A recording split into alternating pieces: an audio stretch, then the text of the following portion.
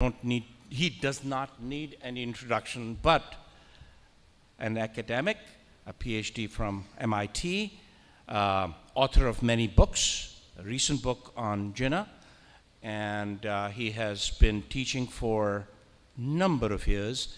Parvez Hudbhai, welcome to hometown, and please come and say a few words.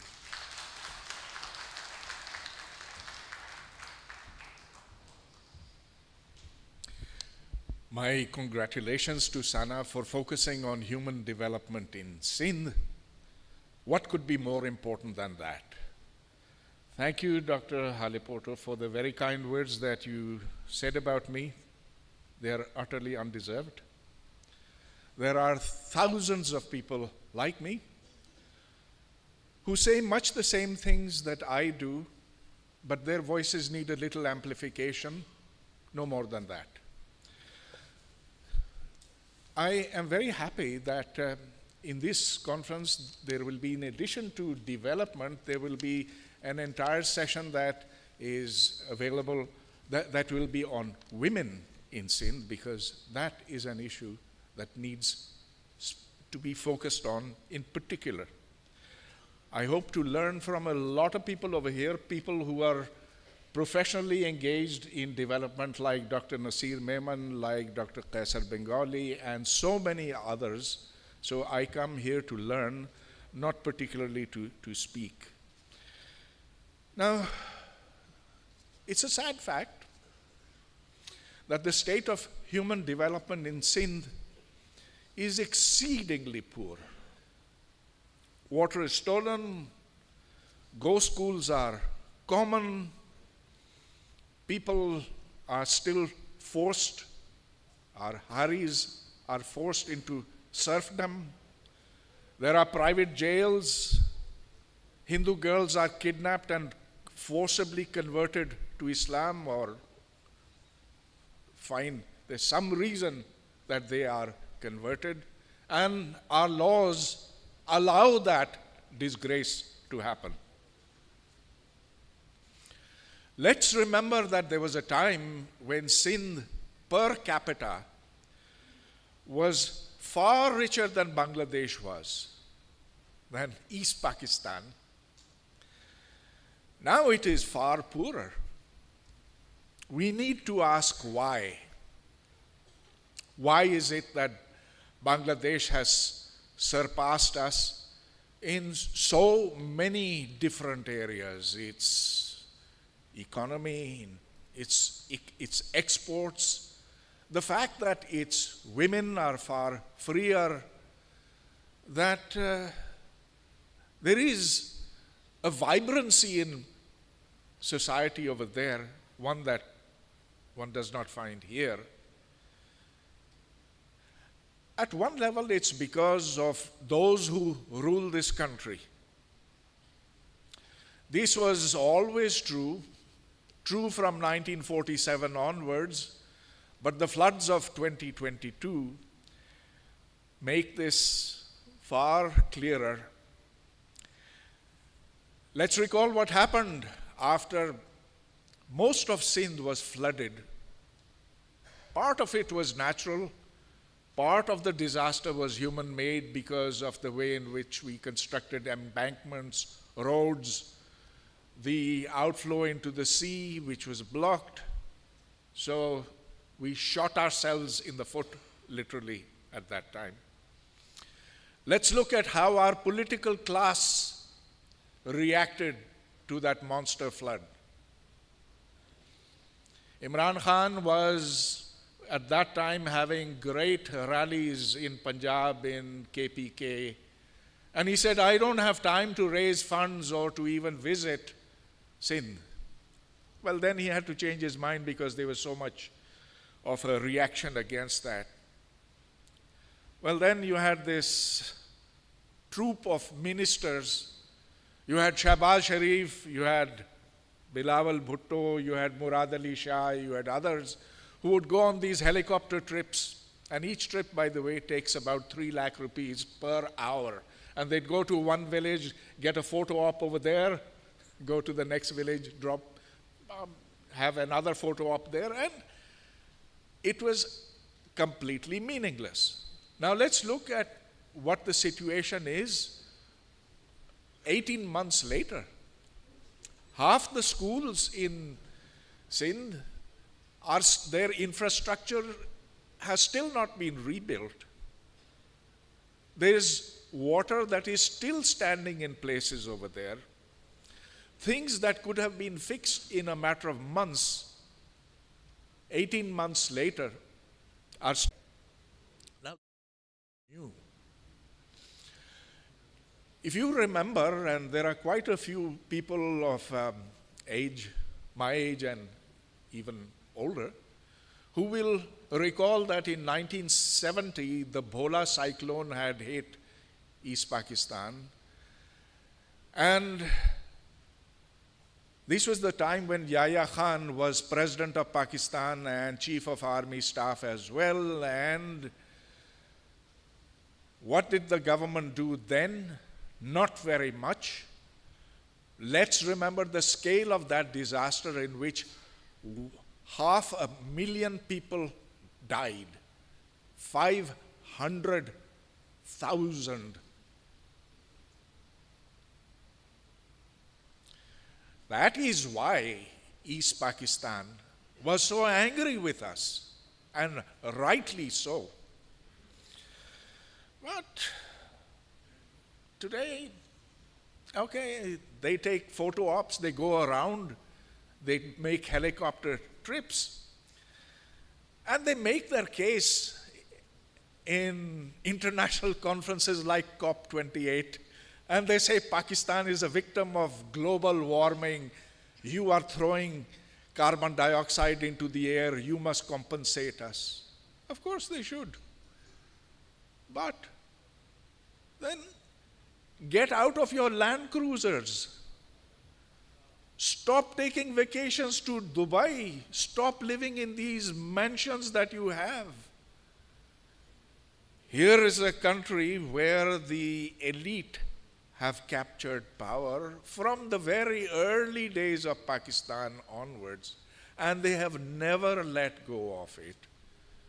Yes, it is the military, certainly, which has grabbed us by our necks and sucks the blood out of us.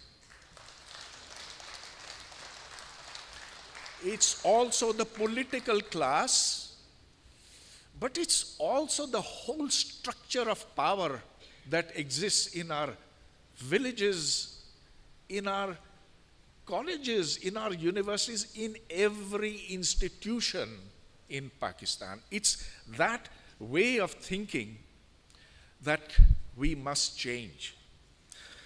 So now the question is, why do we tolerate such people to run our lives? We can, of course, curse our military leadership, our political leadership. We can curse the bureaucracy, which is highly, highly corrupt. We can say all this is bad, but in the ultimate analysis, it's we who allow leaders to lead us. Otherwise, they wouldn't be leaders, right? We give them permission. Now that is, you could say, part of human nature. It's, there have been very famous experiments by, this is the Milgram experiment in psychology. Some of you may be familiar with that carried out by Solomon Asch and others, in which we humans have within us the tendency to be sheep, to follow the leader. And there are some deep reasons for that which come from evolution and the process by which humans inhabited the earth, because we need security. We would prefer that somebody else makes decisions for us. But what was good at an early stage of human evolution is no longer good for us now, and followers. And instead, What we need is the development of critical thinking skills and to instill them within the young people of Sindh and more broadly of Pakistan itself. And that's the only defense that we have ultimately against these venal and rapacious leaders, those thugs who rule us today. So then the question is, what do we need to win? What will it take for us to be able to assert our power eventually? You know, power comes in various forms. It comes, first of all, in the form of military strength, of physical power. So, of course, you can push someone over, you can shove someone aside, grab onto the resources through exercise of physical power. And, of course, in human history, in the history of evolution, physical power has been important. There's no doubt about that. There's another kind of power, and that is the power of wealth, of riches through which you can get people to do something or the other. One should not underestimate the extent to which these two different kinds of power can effect change.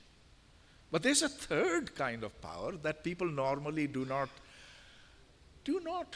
realize exists. And it's a power that is higher than these two powers. It is the power of ideas. You know, when an idea captures your mind, if it captures your mind, then it gets transmitted to the person sitting to your left, to your right, behind you, all around you. And that power is so big that in spite of all other odds, whether there's an army, whether there is a plutocracy, yet this power, the power of ideas, can overcome all of them. Oh, there are lots of examples in history. You know, Napoleon Bonaparte, how he created France. There was no France 100 years before him, but he created it on the basis of the French language. Through the power, through instilling the idea. It was the power of an idea that created France. Whether it was good or bad, I don't know. We could say the same about Pakistan. There was no idea of Pakistan until it was talked about, it was propagated by people like Allama Iqbal, Muhammad Ali Jinnah. You see, that was an idea that caught the minds of Muslims at that time in history. Whether it's good or bad, I don't know. There are opinions on that. But the point is that once it catches your mind, thereafter, nothing can stop it. Not physical power, not wealth, not riches, nothing. So then, let me come back to how are things going to change and what will make that change? And that is dreaming. Dreaming of what Sindh should look like 100 years from now. Of course, you and I will all be dead by that time. But how should we want Sindh to be long after we are gone? We'd like it to be a land of peace, a land where the air is clean, water is plenty, Its natural beauty has been restored. There is so much that one can imagine. We can imagine, we can dream, and we need to propagate that dream. You see, we have not propagated that dream. In fact, we haven't even started dreaming. Once we start to dream, once we have the idea, then nothing will be able to stop it from becoming what it should be. So how do we learn to imagine? How do we learn to dream? How can we then get that thing which must then spread like wildfire? It can't be done by people without critical thinking skills. It can't be done by those whose minds are suppressed, squashed.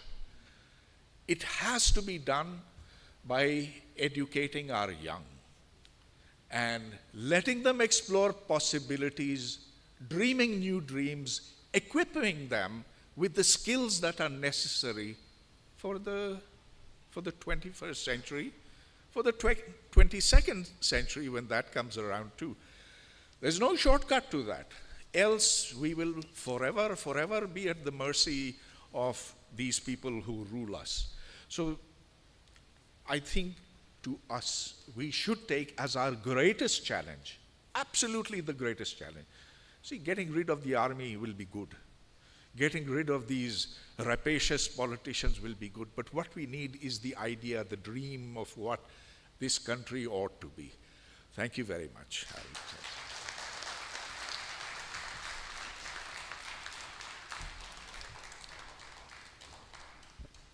Thank you, Dr. Hoodbhai. I would fail my duty if I don't recognize two people, Dr. Ayub Sheikh and Dr. Nasir Memar. Without them, this conference would not have been possible. Ladies and gentlemen, this is a day-long conference with multiple sessions and wonderful speakers. And as is tradition, we are serving lunch and dinner both. There would be a very brief break, and then we will continue our sessions. I'd like to thank our chief guest. I'd like to thank our keynote speaker. I know I would love for you all to stay, but time constraints may take you away from us, which is perfectly fine. And thank you again. Thank you, ladies and gentlemen. Thank you.